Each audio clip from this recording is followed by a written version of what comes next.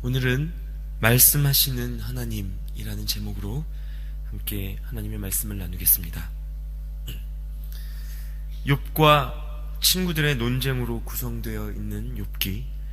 욥의 친구들은 욥이 고난받는 것을 보니 죄를 지은 것이 분명하구나, 어서 정신을 차리고 회개하라 라는 메시지로 욥을 정죄하고 또 자신들이 가진 하나님에 대한 지식을 자랑했습니다.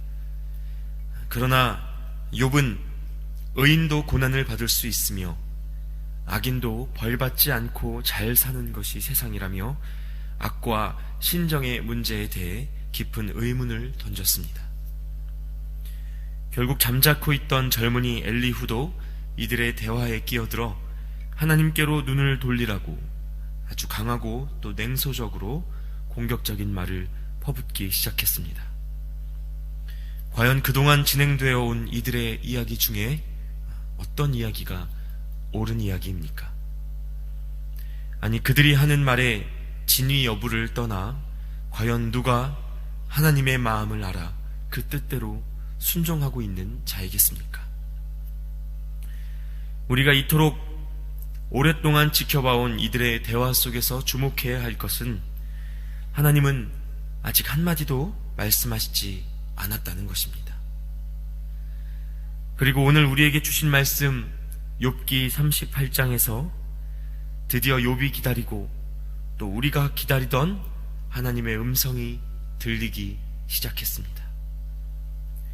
이 문제에 대해 하나님이 어떤 대답을 들려주실지 참 궁금하지 않으십니까? 그동안 욥과 그 친구들의 대화를 종결시키는 하나님의 말씀, 그 시작 앞에서 우리는 몇 가지 교훈을 놓치지 말아야 합니다. 첫 번째로, 하나님께서 아주 오랜 침묵 후에야 스스로 말씀하시기 시작했다는 것입니다. 우리가 알다시피 하나님은 우리를 교제의 대상으로 창조하셨습니다. 자신의 형상대로 지으신 우리와의 사랑과 연합, 그리고 교제, 그것이 첫 번째 창조의 목적이었습니다. 그런 하나님과 인간이 대화를 나누는 것은 지극히 당연한 일이며 오히려 그치지 말아야 하는 일입니다. 아브라함, 모세, 그리고 그 이후에 많은 인류가 하나님의 음성을 듣고 살아왔습니다. 그러나 하나님께서 욥에게는 아주 오래 침묵하셨습니다. 중요한 것은 이때 인간의 반응입니다. 우리는 하나님의 침묵 앞에서 어떻게 반응합니까? 하나님이 말씀하시지 않으시면 하나님이 계시지 않는 것처럼 생각하지는 않습니까? 아니, 애초에 우리는 얼마나 하나님의 말씀에 관심을 쏟고 있습니까? 많은 사람들이 기도한다 하면서도 하나님 음성 자체에 관심이 없는 경우가 많습니다. 자기가 하고 싶은 말, 자기가 원하는 바를 다 쏟아놓고 하나님이 뭐라 말씀하시는지는 듣기 전에 자리에서 일어서곤 합니다. 그리고 나는 이야기했으니 하나님께서 이제 그 소원 들어주시든지 거절하시든지 둘 중 하나입니다 라는 잘못된 태도를 보입니다. 하지만 여러분, 기도는 내 할 말을 하는 것이 아닙니다. 하나님과 나누는 사랑의 교제로서 내 마음을 아뢰되 그분의 말씀을 듣는 것이 기도의 시간입니다. 오히려 더욱 많이 말씀하셔야 할 분은 지혜 없는 우리가 아니라 하나님이십니다. 그러므로 여러분, 잠잠히 하나님의 음성을 구하시고 또 듣는 여러분 되시기를 바랍니다.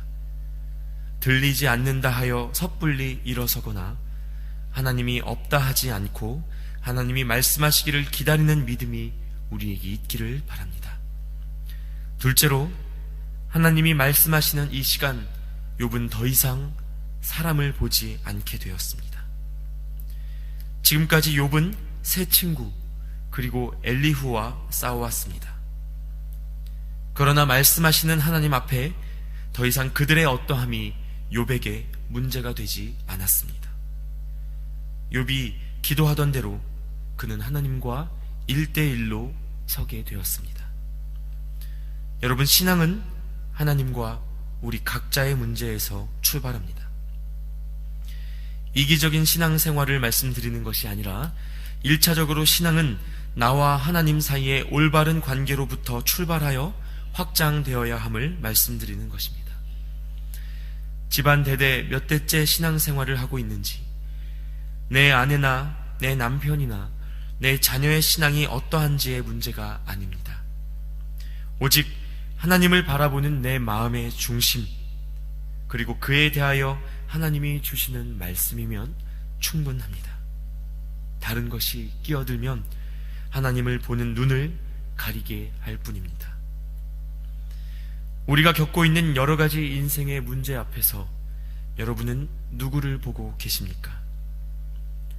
다른 사람은 저렇게 잘 사는 것 같은데 왜 하나님을 믿는 나의 인생은 이러한가? 때로 이렇게 억울한 마음이 있지는 않습니까? 그 사람만 아니었으면 행복했을 것 같은데 하나님은 왜 그 사람을 그대로 두셨는가? 판단하고 또 원망하는 마음이 생기지는 않습니까? 그러나 여러분, 하나님의 부르심은 각자입니다. 부활하신 예수님을 따르기 직전 요한을 바라보며 저 사람은 어찌 됩니까? 라고 물었던 베드로에게 주님은 너에게 무슨 상관이냐?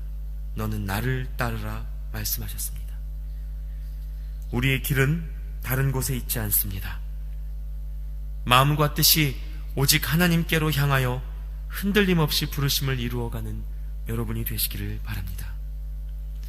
마지막으로 이 고난의 시간을 통하여 하나님은 욥의 한계를 드러내셨습니다. 오늘 하나님은 욥에게 처음 물으셨습니다. 2절부터 4절까지의 말씀에 무지한 말로 생각을 어둡게 하는 자가 누구냐?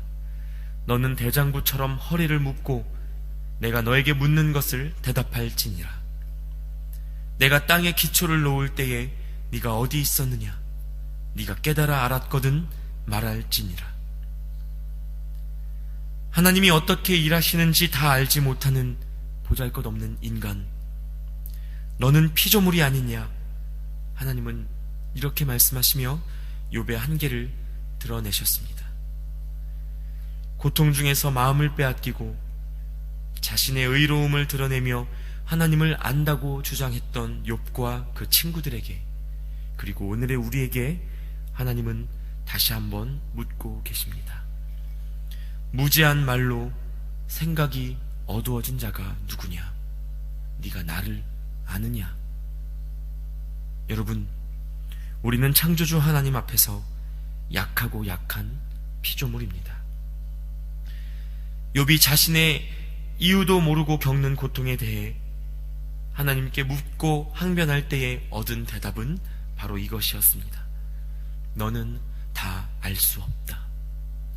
그러므로 믿음을 잃지 말고 겸손히 순종하라.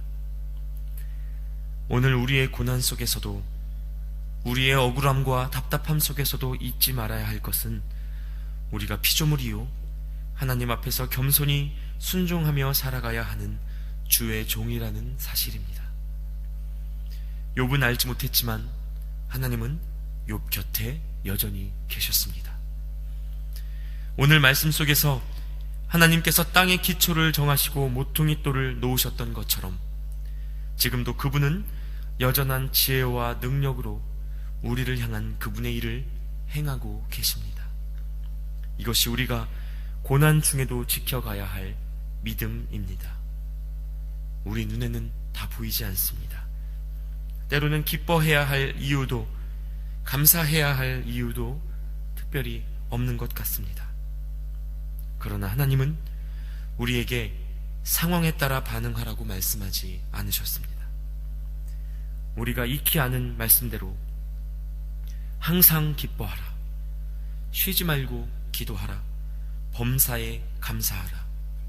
하나님은 이렇게 말씀하셨지, 기쁠 때 기뻐하고 원하는 것 있을 때 기도하고 감사할 만한 일 있을 때 감사해라, 이렇게 말씀하지 않으셨습니다.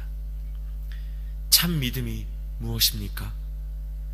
기뻐할 수 없는 그때에, 기도할 힘이 없는 그때에, 감사할 이유가 없는 그때에 오직 우리를 위하여 생명을 내어주사 모든 것을 던져 영원한 생명을 허락하신 예수 그리스도의 사랑을 기억하는 것. 그래서 그 때문에 기뻐하고 기도하고 감사하는 것, 이것이 신앙의 능력인 줄로 믿습니다. 진짜 귀한 열매는 고난을 통해서 비로소 맺힙니다.